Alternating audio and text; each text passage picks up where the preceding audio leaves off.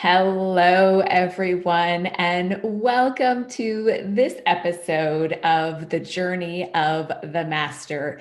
Today, we are talking about powerful presence and how your powerful presence often presents to you the greatest gifts and blessings. I am so happy to be here with you, and welcome to Sarah Elizabeth. Hello.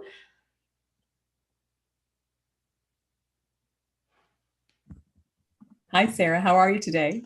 I'm so good. I'm so happy to be here with you, and I'm looking forward to this conversation. We do our monthly newsletter at saralandon.com, and we have a special theme every month. And I know you do just such an amazing job of coming up with beautiful quotes and the beautiful content that we share in this newsletter, talking about practices to help you with powerful presence.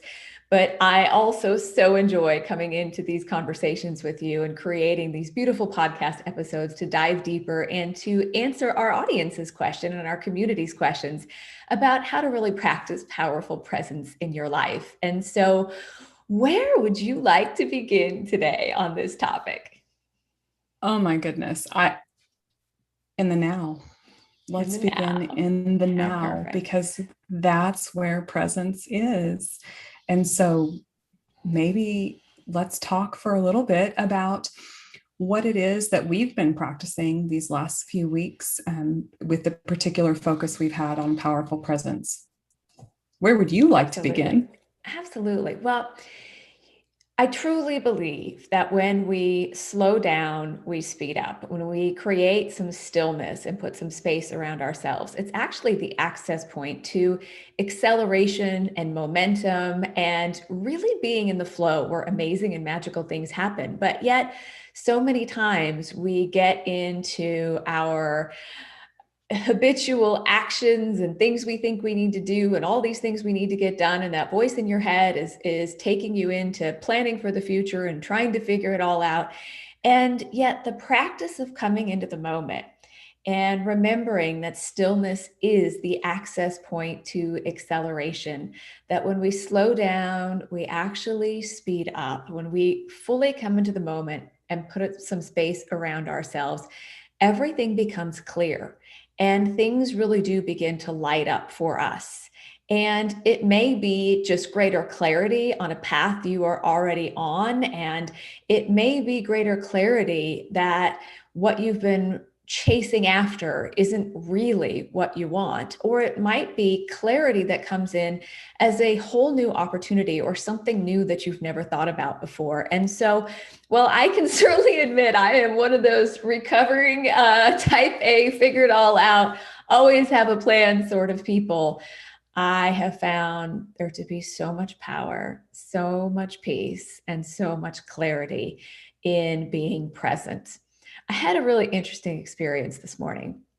I have been practicing powerful presence. I have been practicing really being the awareness instead of the emotion or instead of the thought or instead of the activity that's going on in the mind. Just coming into the moment and being the awareness that you are, that you can pause, you can expand, you can really rise up in the moment into all that you are. And so I've been practicing this just all throughout the day in simple moments and in easy moments. And the awareness that I had was there aren't really any moments that aren't peaceful, that aren't easy, that are what used to be stressful or overwhelming when we practice really being present. So let me give you an example of this. Our unconscious reactive sort of survival mode in our body is fight or flight. We've all heard that many times. It's this moment where something happens, and are you going to fight? Are you going to flight? Do you go into reaction? Do you go into resistance? And yet, whenever we do that, we are no longer in our power. We're no longer fully present in the moment. We're in reaction to the moment. We're in resistance to the moment. And yet, when we continually practice our presence, being really present in the moment, when we practice it when it's easy, we find that in moments that maybe that feeling of fight or flight starts to come up, we can still stay in our power. And if we practice this and we practice this, we teach our body to literally maintain alignment, presence, stay in our power, stay open and allowing of energy in every situation instead of that reactive mode or flight or fight. So practice presence when it's easy all throughout the day.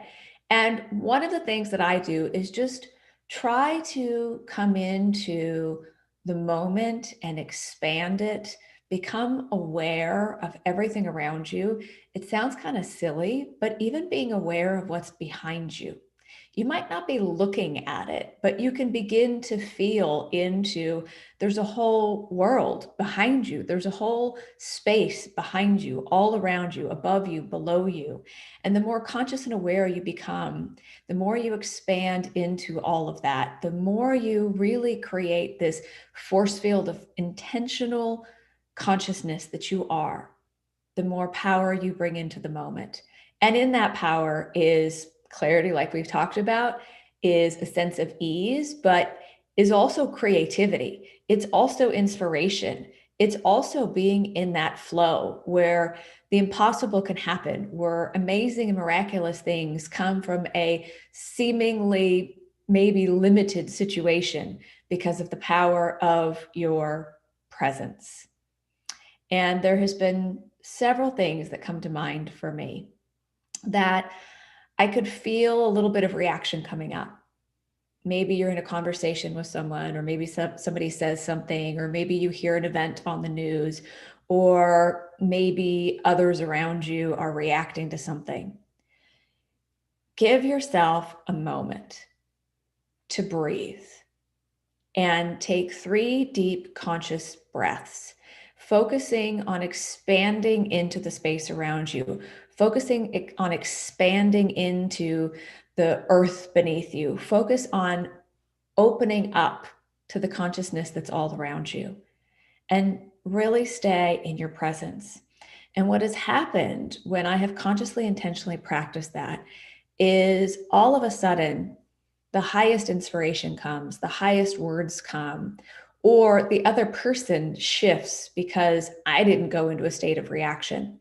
And so, do we do this perfectly all the time? It's never about doing it perfect. It's a practice. But when you start to see for yourself in your own experiences how this can shift your circumstances, your conditions, how it can shift conversations, how it can offer you an opportunity, maybe with someone you've been in a long-term relationship with, maybe a spouse or a family member or a child, that you always sort of react to each other in the same way. The more you practice doing something different and staying in your power and really being present, you begin to notice a shift in those relationships to being more harmonious, more effortless, more loving.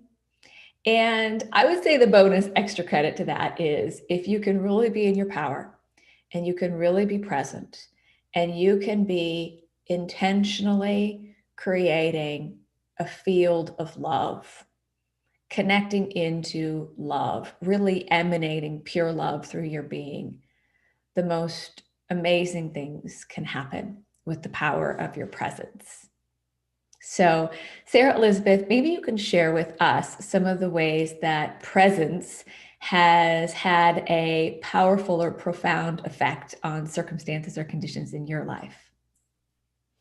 Absolutely. And I would just like to begin by saying when you're approaching presence, it's never about changing the circumstances or the conditions. It's always about changing the way you feel right here in this moment, right now, because that is where all your power is. We said we'd begin in the now, and everything out there is a reflection of us anyway. So when it comes back, it definitely comes back differently. But if you can feel yourself attached to an outcome or wanting to change something or shift something, that's a really good indicator that your presence is not quite dialed in. Be kind to yourself. Don't judge yourself. It's perfect. It's beautiful. That's why this is a practice, just like Sarah said.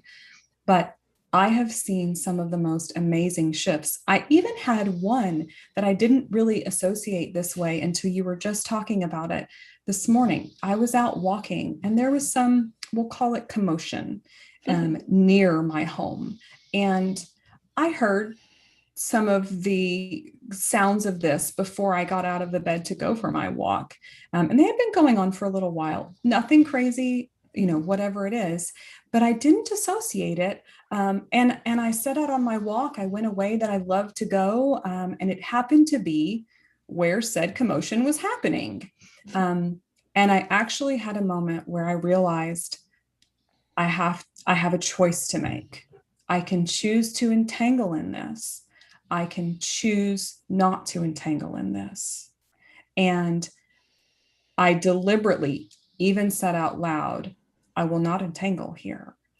And continued on my way, continued enjoying what I enjoy, didn't add any energy, and came back into myself. And you said different words, but it's a radiating of love. Mm-hmm. And that was the experience that I had. Rather than hooking into something that someone might seem as bad, wrong, off in some way, I just held steady and went, I know the only thing that's real is love. I know the only thing that's real is well-being. I know the only thing that's real is pure beauty here. And I stayed tuned into that. And to some degree, I did it by stopping looking at what was going on. And that's how the presence came along. And I find it really interesting that we have several people here today who've said, and there's probably more than have said it, that they're getting to join us live for the first time. And what a perfect topic for you to be present for the first time as we're broadcasting live on YouTube. We're so happy that you're here and that you are contributing your energy to this conversation as well. Because whether you're here live or not, you're contributing energy, but it's fun to play in that moment. You're here with us in the now.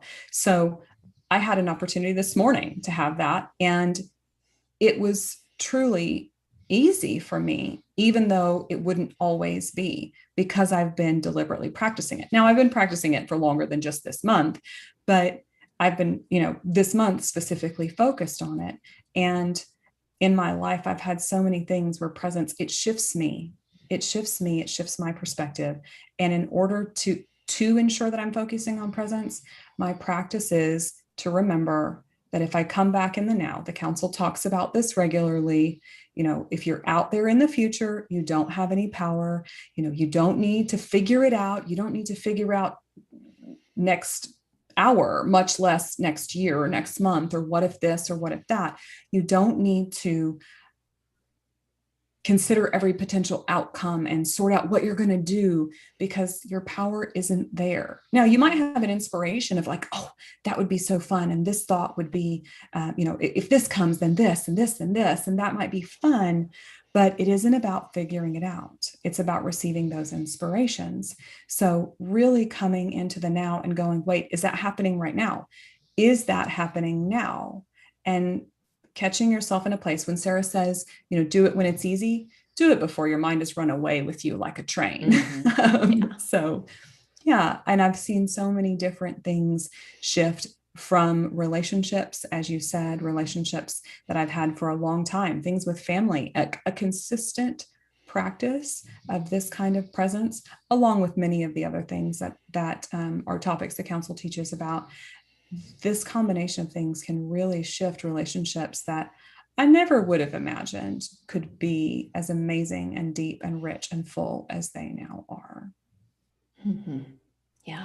Yeah, so true. I love what you said, and I'm just having this awareness as you're talking. It's we're either entangled or we're present. And when we talk about the word entangled, right? What entangles us? Judgment of ourselves, judgment of others, judgment of situations and circumstances, looking at things as, oh, this is wrong, or this is bad, or this isn't the way it should be, or it's supposed to be like this, or it should be like this. And the second we start judging something, we're entangled. And when we're entangled, we're not in our powerful presence. And so just beginning to notice in your own life, am I entangled here? Am I present? And you can even practice this when you're in a conversation. There is power in being a really great listener. There is power in being able to hold space. In fact, this has come up a lot in our master's class program recently. People who are coaches, people who are in healing modalities, people that are here sharing their incredible gifts with others, and realizing that the greatest gift that you give is your presence to anyone. And yet, when we're sitting there, especially the question that came up a couple of times about people who are maybe in coaching practices where they're trying to help someone, they're trying to fix something for someone, they're trying to help them solve a problem or get through something. And the second we do that, we go into our head. And even when that person's talking to us, we're trying to figure it out. We're trying to solve it. We're trying to make it different, which means where it is isn't right. And the very resistance of that causes us to not be in our total presence. And you can practice this in your own life, in any conversation that you have, being so totally present that you're not thinking about what you're going to say. You're not thinking about your reaction to this. You're not thinking about a story of, oh, when that happened to you too. You just practice being completely and totally present and in your power.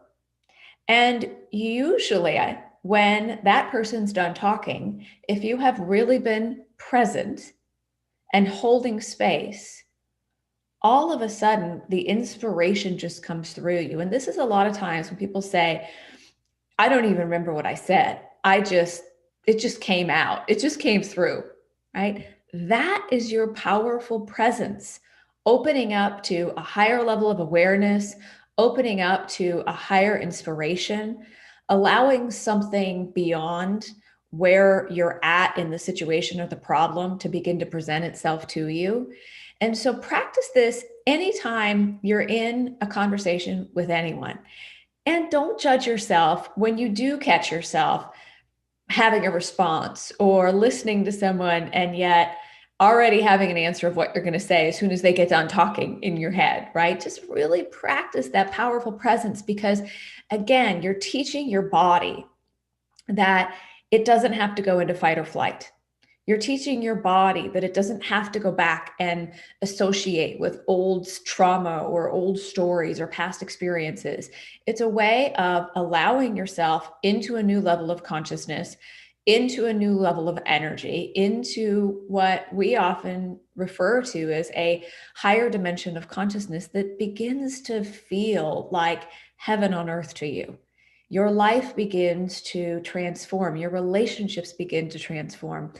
You might have the experience of being in a conversation with someone, if you're a coach or you're support people or manage people or lead or guide people for a living, or if you're a parent, or if you have a spouse or someone you're in a relationship with, if you notice that just you being, and I say just because it's the most powerful thing you could do, but when you're in the moment and you're present and you're holding space and you're in your heart and you're breathing, and you're allowing the moment and you're allowing yourself to fully be in that moment, oftentimes what they will say back to you is, wow, thank you. That really helped me. And you might go, wait, I didn't say anything. I was just being present. And so we tend to think we know how to help someone or what they need or what they should do to make their life better, or if it's your spouse and you're talking to them about their work, or if it's your child and they're having a situation at school. And sometimes the presence, just them being seen, just them being heard, just that space is the most important thing you can do for anyone. And you begin to trust yourself that you can stay in that space instead of coming up with an answer. You trust yourself to be present. You trust yourself to slow down. You trust yourself to really open up and to be. And that if there's anything that needs to be said or done, the inspiration will come through in that moment, but it usually doesn't come from our thinking mind. It comes from a higher level of awareness, a higher level of consciousness, a higher field of potential and possibility that we access when we are in a powerful present state. Truly, Sarah. And we have some beautiful comments and questions. One that fits perfectly with the topic that you were just giving. Someone says, I have such a hard time not engaging in events that I feel are so wrong or unfair, and I feel I can make a difference. So how can I practice not fixing it when I feel it's our obligation? And I think this is a great example of a place where we really do want to practice that powerful presence, because the presence is the only place that, coming from that state of, pure clarity that comes with that powerful presence, is the only place where you actually can make a difference. You can go out there and take a lot of action, but it's going to feel really awful. And the council likes to say, you've got the big heavy boots on, your heavy backpack full of boulders, and you're trucking up the hill. And it's just not the way you really meant to do it. It's not the way you even want to do it. When you can come back into that state of clarity, when it's easy, and that's the key here, practicing when it's simpler, when you're not looking at something that easily entangles you, when you're not looking at something that feels unfair or injustices in the world, those can really entangle people very quickly. And when you look at something like that and you feel that way, that it really, really matters to you. That doesn't mean you do nothing. That means you do the most powerful thing you can do, which is come back into your own alignment so that you can get that inspiration. And as Sarah just said, it doesn't usually come from our thinking mind. It comes from our heart center. It comes from radiating that love. And you may find yourself doing things that you did not think would be what would make a difference, and you wouldn't have even associated with that. And somewhere along your trail, you realize you've been doing exactly what you meant to do, exactly what you desired to do, to make a positive impact in the world. But the first place, when you're in that moment, for me, the first thing I do, and it's what I did this morning, I stopped as quickly as I could and I took a breath. I stopped the momentum of my own thoughts. And I said to myself, I don't have power there. Where is my power? Mm-hmm. I can't be down there doing that thing that these people who are highly trained to take care of this kind of situation are doing. Where is my power? It's here. And I happen to be able to get there very quickly. I've also been in some circumstances this month where I wasn't able to get there so quickly. I truly, where you come to places sometimes where it's up close and it feels super personal, and it things that trigger us because they're things that really, really matter. It's great love that causes those reactions. It's our great love for humanity and the planet, as the council likes to say all the time. It is from that great love that all of this comes. And so returning to the presence there, and the same person said, how do we, or something along the lines of, how do we be involved but not entangle? Let your involvement come from that place of inspiration where your power really is, so that you can make the difference that you want to make. And maybe that looks like the activism out there in the world that you would look at and say, yes, those people are doing the thing, kind of thing. Mm-hmm. But if it feels like you're pushing, if it feels like you're efforting, if it feels like you're trucking up the hill with the big heavy boots on and the boulders in your backpack, rest. Take a rest. Yeah. Slow down, put some space around yourself, find some stillness. I loved what you said. This question comes up a lot, and it's that desire to help, to fix, to change the world, to alleviate suffering of someone. And usually when we have a desire to be part of a cause, it's because we're trying to alleviate suffering on some level, right? Animal suffering, uh, devastation to the planet, people, slavery, prejudice, all these things, right? We see the suffering and we want to alleviate the suffering, but we can't get sick enough to make a sick person well. And you yourself can't suffer enough to end the suffering. What do you really want for the people, the animals, the planet? You want love. You want pure love. You want peace. You want joy. So you can't want that for someone else and then create it through a state of suffering and disharmony and reaction and judgment within yourself. It just simply doesn't work that way. And we get more of what we focus on. We are voting with our attention. So the more we focus on something we don't want, the more energy we're putting towards it. And when our thoughts are in judgment of how wrong this is, we are then in a state of suffering ourselves. And even though our whole desire is to alleviate suffering, now we're just contributing to the suffering.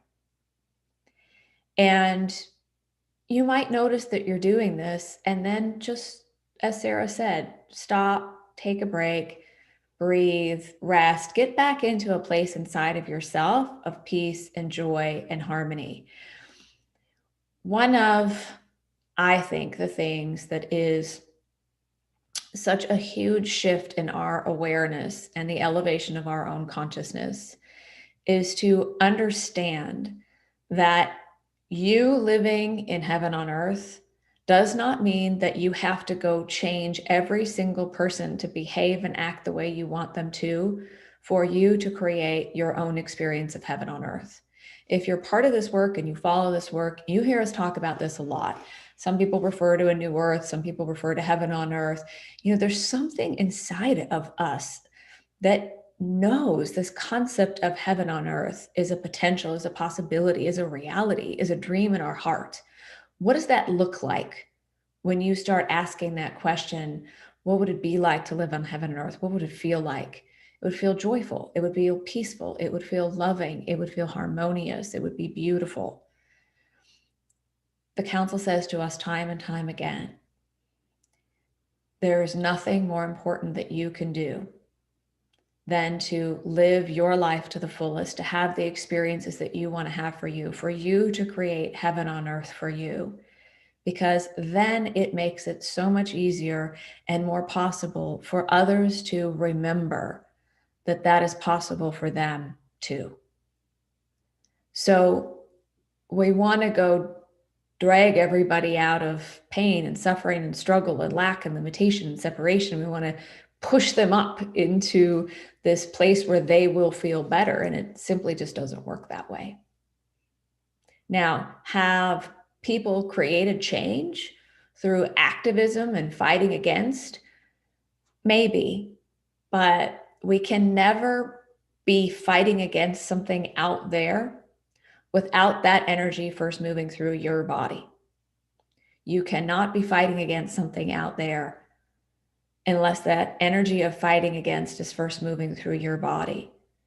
And so think back to times when you've really tried to fight against and push against and battle the wrongdoing in the world.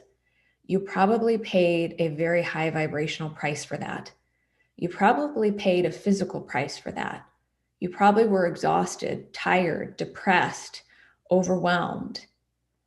And that's your body reminding you, that's your higher awareness knowing it's not meant to be this way. The struggle, the force, the effort is not how we create the greatest change. We create the greatest change by going within, aligning to the truth within us, and then living as closely aligned to that truth as often as possible. And you'll know you're in that truth when you're really feeling into your powerful presence in the now moment. Certainly. That reminds me of something that the council tells us regularly. And it's this idea that you have to begin when you're in that place where you feel like you just can't. Someone said, essentially that it's really up close and loud and in their face, and they feel they just can't get there.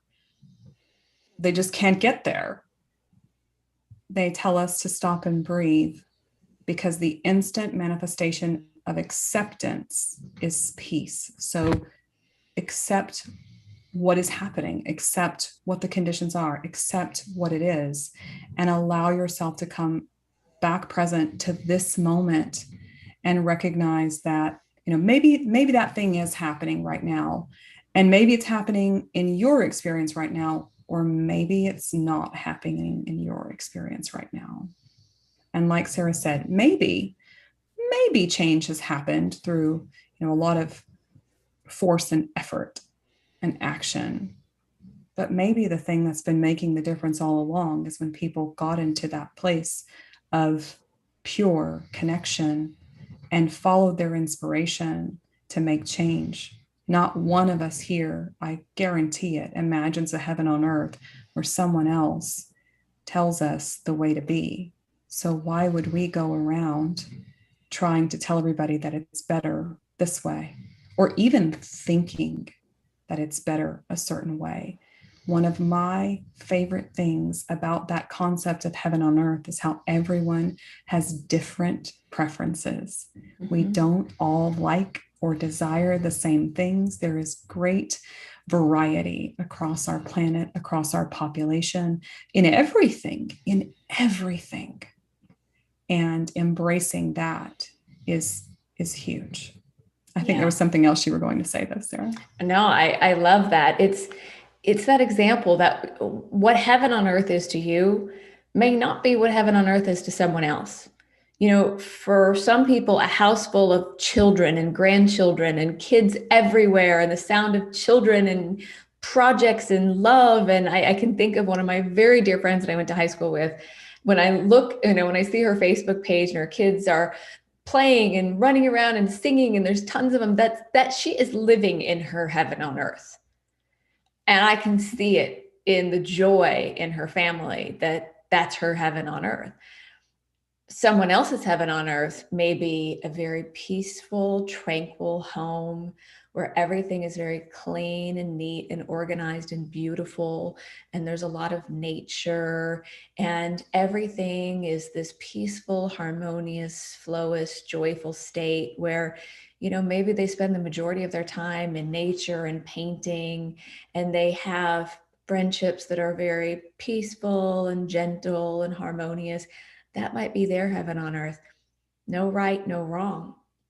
And it brings me back to, one of the things that you said, Sarah Elizabeth, that the first step to creating, aligning with, manifesting peace in your life instantly is to just accept what is. Accept what is. Because the moment you just accept it and embrace it and let it be, you let go of your resistance, your judgment, and all of the things that are keeping you in a limited form of power.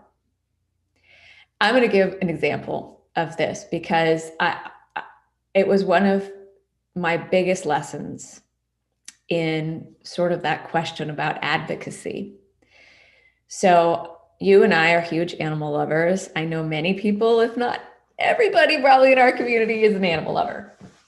And I remember many years ago being in a car with my dad he had the radio on when the news broke of a former NFL football player who had killed and abused a certain breed of dog that they were using for fighting dogs. And I heard just a little bit of the story, and I was just heartbroken. I cried the rest of the day. Every time I thought about it, I thought, this is so awful. I actually felt genuine hatred for that person. I was mad. I was upset.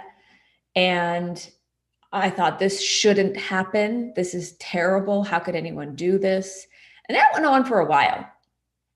I later ended up in a conversation with someone who had interviewed that person when they were in jail.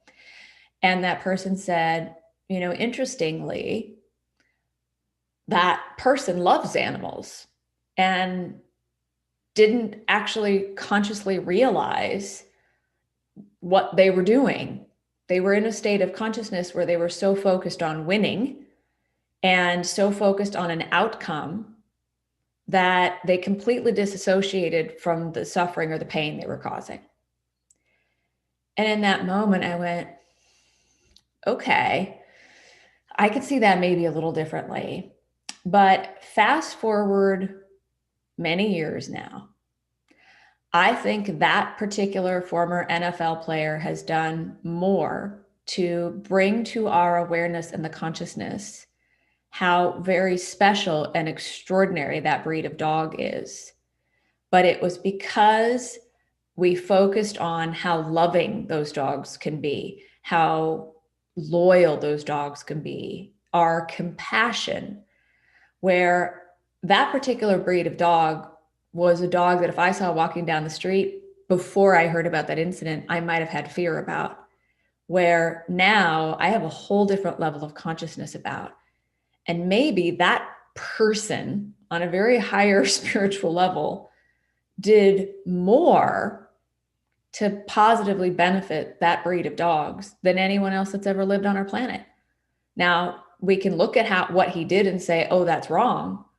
But the second we step back and really look at the consciousness that came from it, the love that came from it, the thing that changed anything about it was the love, focusing on the love, putting our attention on how gentle and loving and caring this breed of animals is. And I've just seen a complete transformation in how we relate to a breed of dog because of that experience. And so whenever we're looking at anything and judging it as good or bad, we really don't know in that moment because the story's not over. The experience is not done. We don't know. And it goes back to Eckhart Tolle's A New Earth, the story in A New Earth, where the man, no matter what they said, he just said, maybe, right? He didn't judge anything as right or wrong. He won the lottery and his friend said, oh, that's great. And then he bought a new car and his friend says, oh, you're so lucky. And he just said, maybe. And then he got in a car accident, ended up in the hospital, and his friends were saying, oh, this is so terrible. And he just said, maybe. And while he was in the hospital, a mudslide took his house down. And if he would have been home, he would have died. And they say, oh, you're so lucky. And again, he just says, maybe. So it's not about being passive. It's a very, very active way of being present and in the now and noticing whether you're entangled and in judgment. And you'll know you are because it feels pretty awful to be looking at yourself as right or wrong, or someone else is wrong, or circumstances being wrong, pushing against, being resistant, needing them to change in order for you to be okay, versus being in the moment, being in your power, really holding the space, going to a consciousness beyond the judgment of good and bad and right and wrong, and just allowing love, pure love, that flow, that higher awareness to move through you into any situation when you're present. That's huge. And I'm with you. And I want to take a moment to acknowledge that for me, the same topic has been, if not the most challenging one for me to transcend judgment. That's probably the best way for me to say that. Transcend judgment on it's animal well-being. And we just don't know. And we can choose to see something differently. We can choose to look for the good. And that's what it means to be in heaven on earth, to see that things could be good. And I love that you said, not even judging something is not only wrong, but not right either. It's not that it's right or wrong, or even good or bad. Maybe it's preferred, maybe it's your personal desire or preference and aligns to things that you want. And I realized actually over the weekend, just how far I had come on this topic, because I took an impromptu trip to an animal sanctuary called Best Friends in southern Utah. And I had the opportunity to stand there where so many people, they're advocates. They're advocates and they're doing amazing work. And most of them, me too, Sarah. Most of them, yeah. This is I had a Kleenex ready for this call, and I'm like, why do I need a Kleenex to talk about powerful presence? Now I know. I did that too. So, but most people would say that something's gone wrong there, not there at the sanctuary, but in the situation that has put these animals, and that we even need such a thing. And they're advocates and they're amazing people doing amazing things. And I just got to see that for all the beauty that it is. And I got to see that through the lens that I chose, which is that nothing has gone wrong. Nothing has gone wrong. This is a glorious place. And there are many others like it, and countless organizations and people around the world doing comparable work for all kinds of animals. And to recognize, it's one of the most beautiful things I've ever seen, which is why we both have like the experience of tears I'm managing right now. But it's one of the most beautiful things I've ever seen. And I wouldn't have been able to see it that way before. I would have entangled in how awful it was that some of these animals have what people would call sad or tragic stories, or even for how long they've been without homes, some of them. But they have everything they need moment by moment. And I said to one of the caregivers, don't lose sight. You can't give this animal everything it needs for the rest of its life, but you can give it what it needs right here in this moment, right now. And you're doing that every day. And that's what it means to be present for me. And you can apply that to countless situations. You can apply that to so many situations.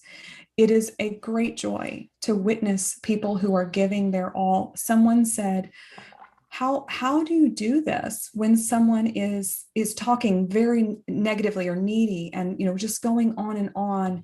How do you hold that kind of deep listening place? And it's related. Can you interrupt them as a deep listener? And I'll tell you, sometimes the best thing I can do for someone in a conversation like that is sort of step back, not physically necessarily, but sort of step back and maybe even disassociate from the actual words coming out of their mouth in a moment, or the vibration that they're emanating, and be so present that I can only radiate love and I can see them. What I love to do, and I can't do it in every moment, I can feel when I can do it, when I can't, is really tune into what they're saying and feel for a way, if they're in a place where they can hear it, and you can tell that too, whether they can hear it or not, that you can reframe. What I heard you say is that you really are looking forward to a shift in the way that animals are treated across this country and around the world, as an example. And if you can't do that, and if they're not in a place to receive it, sometimes the best thing that you can do is gracefully and lovingly remove yourself from that conversation. And if you can't do it gracefully and lovingly in that moment, if it feels like it's just amped up and you can't, don't be hard on yourself if you just have to cut it. Sometimes I do that too. It's not my recommendation, but if things have gone too far, if it's beyond a point of no return, just like anything else, if you feel like you're beyond a point of no return, there's not really ever any point of no return. But in that moment, it might be too far. It might be time to switch your situation, change your scenery, change the topic, whatever the company around you, whatever it is that you need to do. And for me, that is a huge way to be present. Be present with who they really are, not who they're being in that moment. It's one of the best pieces of advice I ever got from any teacher. Yeah. I would also offer really becoming present before you enter into that conversation or call that person or walk in that room. We do not understand how truly powerful we are sometimes to shift a situation even before we step into it. Or if we're really being present, we might find that the clarity that comes is to not even engage in that conversation. And the best example of this I can give you is there are times when I feel like I should call someone back, a family member or a friend or someone who's called me, and I go to call them and I'm like, nah, not right now. Or it goes by a couple of days and my logical mind is like, you really should call them back. And nothing in my body feels inspired to do that. If I'm really present in that moment, I am not feeling guided. The energy is not guiding me clearly to engage in that conversation. And where I have pushed through and done it anyway, even though the powerful presence in that moment was not to call them, I almost always ended up in a phone call or a conversation where I'm like, oh, I see why I was not guided to do this right now. Versus, maybe you send them a message and just say, hey, I'm thinking about you. I look forward to connecting soon. I know it'll be the perfect time or whatever it is. And then, one moment you might just go, oh, I want to call them. And in that moment, something's really great's happening and they're in a great place. But our consciousness, our awareness, you can call it your guides, your angels, they know where everyone is in every moment. And so trust yourself also if you're being guided not to engage in a conversation, not to go to a particular place, not to go do that thing in this moment. This comes back to the slowing down to speed up thing. I'm sure we all can think of experiences where we were in a really good place. We had plans to go meet this person on a certain day at a certain time. We didn't really feel like it. We went and did it anyway. And for hours, we were exhausted afterwards because it was such an emotionally heavy or toxic situation. And so then we tend to think that we've got to protect ourselves and we've got to step back. And sometimes, the real opportunity is before you even engage in that conversation. The second thing I would say is no matter what it is, people just really want to be loved. They do. And sometimes the best thing you can do is just staying in that place of pure love. And one of the ways we entangle is by being in a conversation with someone and allowing yourself to start projecting in your own mind whatever it is that they're talking about. And so we let our brain start creating images or holographic images in our own mind, in our own imagination of whatever this person is talking about. And when we do that, we are now projecting into our field of consciousness the same experience of what that person had and didn't want to have. Now we're projecting that same unwanted experience in our force field of consciousness, in our now moment, and it's not even happening to us. And so be aware as well that you can hold space, you can step back, you can practice being in a state of pure love, but be really aware of not entangling in the story that this person is telling you by allowing your mind to start creating a holographic image or a picture, or letting your imagination now create in your reality or now moment an unwanted experience that isn't even happening to you right now. So this is huge. Yeah. And I'll yeah, go ahead.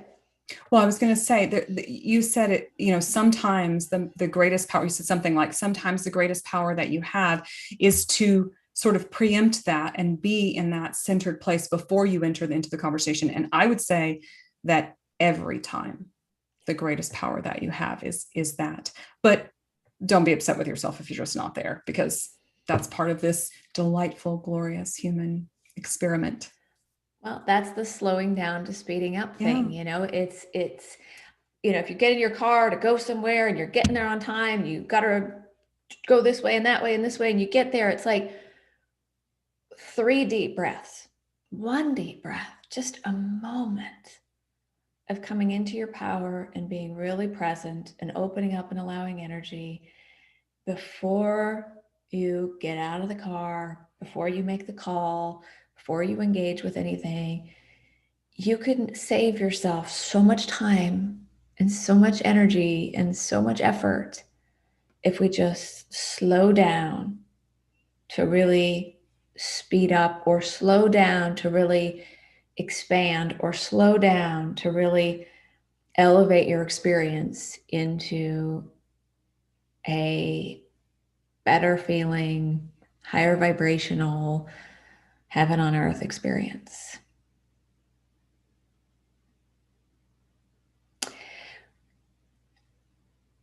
We often connect through story. We have a story about everything, right?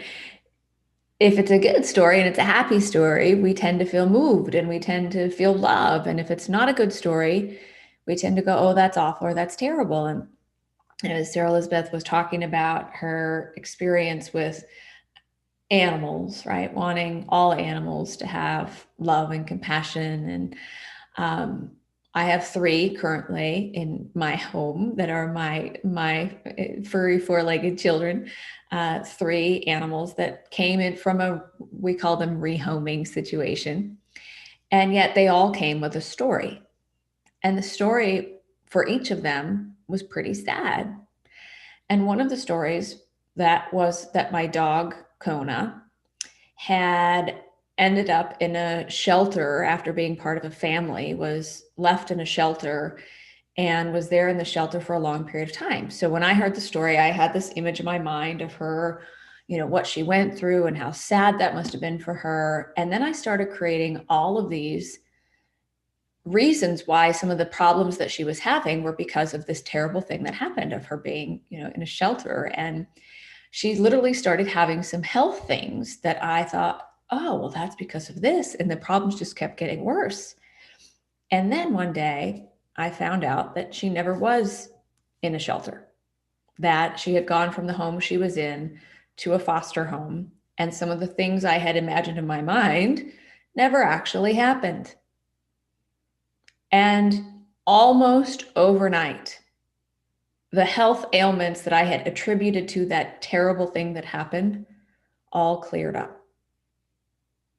And I realized that telling the story and going back into the perceived suffering that I was creating in my mind was literally creating a reality that was having a physical effect.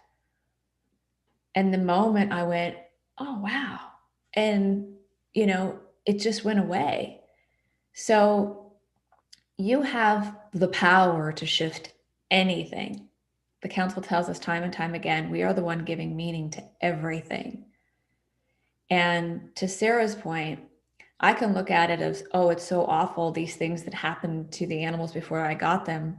Or I could go, if that's the experience they had that then led them to the wonderful life they live now, who am I to judge? Because I wouldn't have them. They wouldn't have the wonderful life they have. All this love and all that I have learned for them wouldn't exist. And so we can go back and look at things that we think are so awful, and we can stay in that story and entangle and be in the judgment, or we can choose to come into the present moment and open up to the gifts and the blessings that are available when we just come into the now. There are so many gifts in the now moment. So very many gifts. In fact, think about it. You can only give or receive. And the council would tell us that they're the same energy, giving and receiving. You can only have that experience in your present moment. You can't give in the future or in the past. You can't receive in the future or in the past. You can only receive and give in this moment right now. Yeah, it's powerful. And I have heard this many times, this idea that all we have is the now moment, right? But anything that's ever happened, happened in the now moment. Anything that will ever happen, happened in the now moment. The things we call the past were actually now moments. And the things we call the future will be now moments. And you have the ability to transcend every aspect of your life into the highest state of, so Sarah talked about transcending judgment, transcending lack, transcending limitation. You can only do that in the moment as well. And in that, you come into that state of joy and fulfillment and happiness and love and abundance. And when we open up and allow that, we get more of what we are, and we get more of what we're focused on. And so when you come into that state and practice being in that state, it becomes easy, effortless, harmonious for more experiences that are joyful and peaceful and happy and abundant and harmonious and beautiful to present themselves to you when you have practiced being in that state most all of the time. So I know we're nearing kind of the end of the hour here. Do you have any last questions from the community that They feel seem to important? really just be enjoying this conversation and just basking as I am in the energy and the presence, which is perfect from my perspective.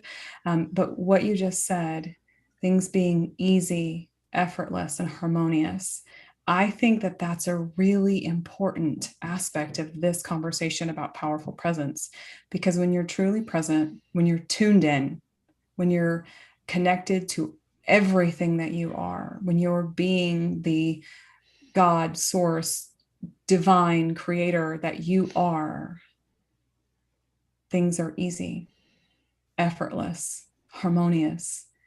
And you don't have to get out of the now moment and sort out what's going to happen next week, next month, next year, next decade, next lifetime. Yeah. Yeah. The word power, I think if you sat and talked to really the most profound, powerful, wise beings that ever lived, right? They weren't in search of power. That's not what we're talking about here. This is not about looking for power. This is about allowing the most powerful force in all of the universe, which is you, the part of you that is source, consciousness, God, the divine, the one mind, the light, whatever you want to call it. It's about really fully opening this channel, this conduit that is you, to allow yourself to be all that you are in every moment. And the more you do that, the more radiant you become, the more you find opportunities and connections just come to you. Potentials and possibilities present themselves to you. Think about someone in your life that just, no matter what's going on, they always stay in their power. They always stay cool. They don't go into reaction. They always have a loving, kind, wise thing to say, right? These are the people in our life that we think about, that are magnetic, that are radiant, that rise to the top in our life. That's what you can be in your own life. And in doing that in your own life for you, you really do make the greatest contribution to those around you. Because none of us want trauma and drama and suffering and chaos and pain and struggle in our lives or in anyone else's life. You can't want that for someone else without having that move through you. You can't go, oh, I hope that person has a, terrible day. You will have a terrible day if that's what you're focused on and what you're focusing through you, right? We want everyone to be peaceful and joyful and happy and feel loved and feel like they matter and feel clear and confident and inspired and creative. I want that for everyone I love and care about. So the greatest thing you can do is create that within yourself. Absolutely. I think that that's a perfect place to conclude our conversation today, because it's never power over, it's power within your own life. Someone said, I have no power over there is a new mantra that I will use to not entangle with others' drama. And I would say, perfect, if that feels good to you. Perfect. And I like my power's right here. My power is right here. Yeah. Yeah. And one thing I've been playing with recently is, I've always kind of gone to my heart, and sometimes that feels like exactly where I feel my power. And I've been playing with this, like opening my arms out, like I'm just inviting in everything. And it's like, my power is right here. It's right here. It's all of it. Perfect. So whatever feels good to you. Well, and for me, it's usually like in yoga, we call it mountain pose. Tadasana. Yeah. That's my place. Open palms forward, standing grounded. My power is right here. And then you can, for me, I can feel that sort of radiant sphere expanding from me in all directions. Indeed. I don't need it to influence anything else, but I know that it does.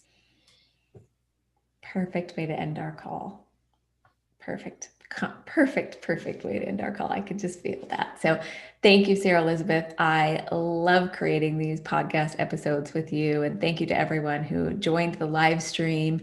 And you can catch the replay of this on our YouTube channel, Sara Landon Life, Life. You can also we appreciate that, and subscribe, and you'll be notified of these free live broadcasts that we do for Journey of the Master and several other things that we post on our YouTube channel. So thank you, everyone.